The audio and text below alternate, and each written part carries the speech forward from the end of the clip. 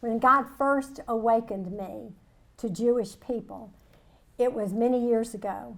And our oldest son was hyperactive. He was 8 years old, and it was a really hard time. And every day was a challenge. You knew you were going. We had him in a Christian school. You knew you were going to get the call from the Christian school. You just knew everything because you couldn't. There wasn't enough of you to do it right. You couldn't get it. And so I was giving it everything. I was making my food from scratch, blah, blah, blah. And so this particular morning, he woke up and he was 8 years old. He crawled out of his bedroom on his elbows and his belly, across the den into the kitchen, and he looked up at me and he screamed. He said, "Good morning, Mom." And I'm going, oh my lands, what has he gotten into? What has he gotten into? So I packed his lunch, sent him off to school, and I got in front of the couch and I was praying.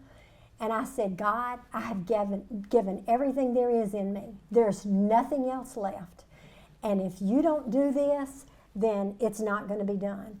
And God spoke to me. And he said, now do you see how I feel with my Israel? And y'all, that just jarred me. And I turned around and I sat down on the floor and I was like, what was that? And so anyway, I understood the pain of family attacking my child. Y'all, this Christian school, let me tell you, it was really, really rough. So I thought, well, family doesn't like my child, and Christians didn't like my child, and I thought of another thing. I can't remember what it is right now. But anyway, I said, God, I don't know what you're saying to me, but this is what I'm going to do. Every day for the rest of my life, I'm going to pray for your Israel. I never intended to get involved in anything Jewish, Christian related, ever. I was just going to pray. Ken and I had gone to Israel with Messianic Jews, an incredible trip. And so when we got back, I went to one of their services, and the rabbi said to me when I was leaving, he says, Diane, I need to talk to you. I want you to call me and make an appointment. And I said, okay. And so I did, and I went in to see him, and he says, God told me to tell you it's time for Christians to start blessing Jews. And he said, it was fall of 1997.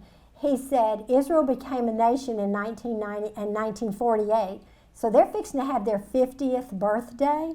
And he said, he told me to tell you that Christians need to give them a gift and not just a proclamation. Anybody can give them a proclamation, but really give them a gift. And so, y'all, I had just had a dream. And in the dream, I saw 2 French doors. And as I was looking at the French doors, they were tall. I couldn't see the tops of them. And as I was looking at the French doors, the one on the right had a doorknob. The one on the left didn't. So I was studying them, and I thought, I can open the one on the right, but I can't open the one on the left. And about that time, the left opened, and a hand from the inside reached out and took my hand and started taking me inside. And I thought, God, you're fixing to open a door that I can't open, and you want me to go in. And y'all, when that rabbi said to me, I couldn't have opened that door. Y'all, it had to come from the Jewish people. When he said to me, it's time for Christians to start blessing Jews. And so, anyway, I went to my Hebrew teacher, Naomi. Naomi, I never tried to keep anything from her. She knew what I believed. She knew how I felt, everything. I said, we're going to give Israel a 50th birthday present. What should we give them? Her husband was a doctor. And she said, we'll give them an Israeli Red Cross ambulance. I said, oh, what? I said, we can't do that. We don't have any money. Oh, you'll figure it out. That was always her answer. You'll figure it out. The rabbi had given me some names of other Christians who loved Israel. We had an incredible committee formed. And so one day Naomi even took me to the Jewish Federation, sat me down with the executive director, and says, they're going to get y'all an ambulance.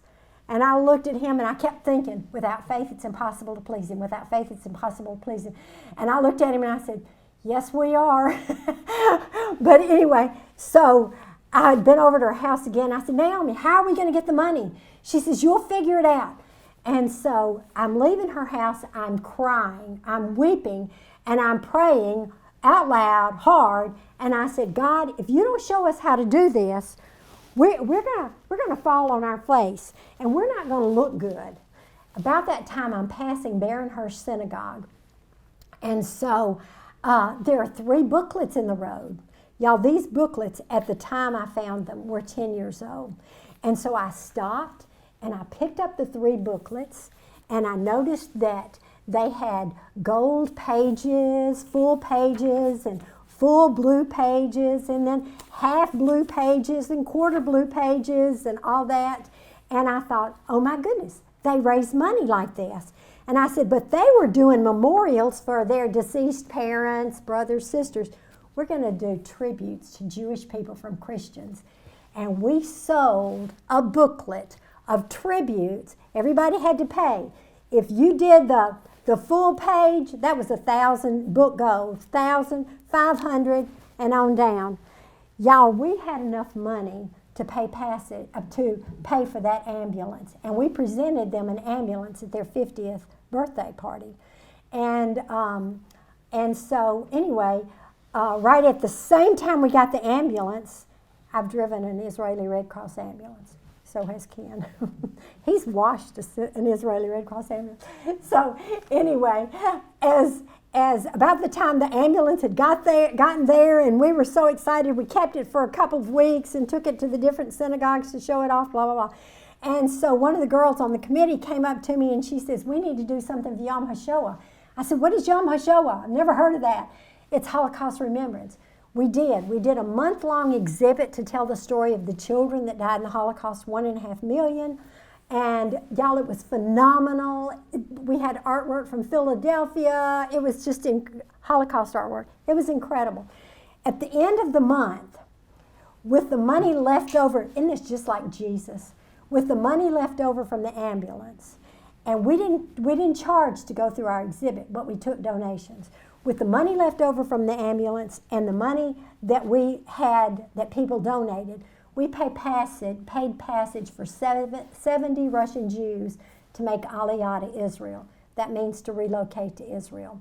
Not long after that, we moved to Mississippi, and I said to God, don't you just love what we tell God? And I said, well, I'm moving to Mississippi. There's nothing Jewish going on in Mississippi. But thank you. It was a good trip. I really appreciate it. And so, y'all, I thought there was nothing going on in Mississippi. After we had been here about 3 years, Susan Powell, who was a teacher at Horn Lake Middle School, emailed me, and she said, your name was given to me from a rabbi that you can help us get a Holocaust survivor to come and speak. And so I did, and we kept emailing. And she says, Diane, you don't understand. She didn't know me. I didn't know her. We'd never met. She said, the students I have at Horn Lake Middle School are really underprivileged students, and a lot of them have never heard of the Holocaust. I want them to have a project. I said, well, let's meet and talk about a project. Y'all, we met at Starbucks. You just knew God was there. When we decided what the project was going to be, it was as if heaven kissed us, honestly. And so we were going to have the students collect 1.5 million pennies. 1.5 million pennies took us 3.5 years to collect, and they weigh over 8,000 pounds. It's over 4 tons of pennies is what we have. We now have 4 amazing Jewish board members. They love us. We love them. It is like a partnership made in heaven. I hope it always stays that way. We had all these pennies, and we were thinking, we'll melt the pennies and build something with the pennies. And we heard about this sculptor in Israel, and so we talked to him on the phone, and we talked to him about it. He said, the power in what you have is in your pennies. Don't melt your pennies. And he said, but I'll make it out of copper, which it is. And so he made us, we have this life size at our exhibit in DeSoto County Museum in Hernando. We have this life size, and it is a faceless child in the ovens of Auschwitz. This is an exact replica of the crematoria door of Auschwitz. And in the child's mind, he's reaching for any place where he'll be safe. And so this little plot of ground represents the land of Israel, which they did not have at the time. And he's reaching for that, the little butterfly on there. The kids did a lot of artwork, and one of them wrote a poem in one of the concentration camps. I never saw another butterfly because butterflies don't live in concentration camps. And so he put a butterfly on this. So we have this, and this is part of the exhibit that's in Hernando. We have 6-foot-high walls that are like semicircle walls, and we have less than 2% of the pennies on those walls. And they are so heavy. There's 98+% of the pennies left to be displayed. Every time before, it was Christians blessing Jews. Y'all, this video, the reason I wanted this video so badly is we can share this video. This is going to be in Mississippi. We need to be the foundation of it. This needs to be Mississippi really doing this. If you know anybody, y'all, for $18, you can place one of those pennies on those walls. $18. Anytime you give a donation, it's in an $18 increment. That means life in Hebrew. That's 2 Hebrew letters. It's a het and a yud. And all Hebrew letters have a number value. One has a number value of 8 and one of 10, so it's 18. And this is the word for life.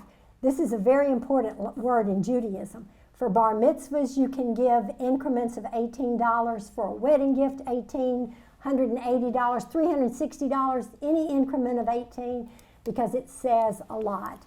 And y'all, for $18, if you go on our website, you can bless a Jewish person. You can do it in memory of a Jewish person, in tribute. Do you have a Jewish doctor? Do you have a Jewish lawyer? Do you have a... All right, what we want you to do is spread this word, please. Tell everybody, share this information, send it to people that you know would be interested in helping us. And if you know anybody we need to talk to, please see us because we want to talk to them, okay? I know this is supposed to be built. Michelle knows this is supposed to be built. Ken knows, our whole board knows this is supposed to be built. And so we're just trying to be faithful, but we're trying to let a lot of people bless Jewish people.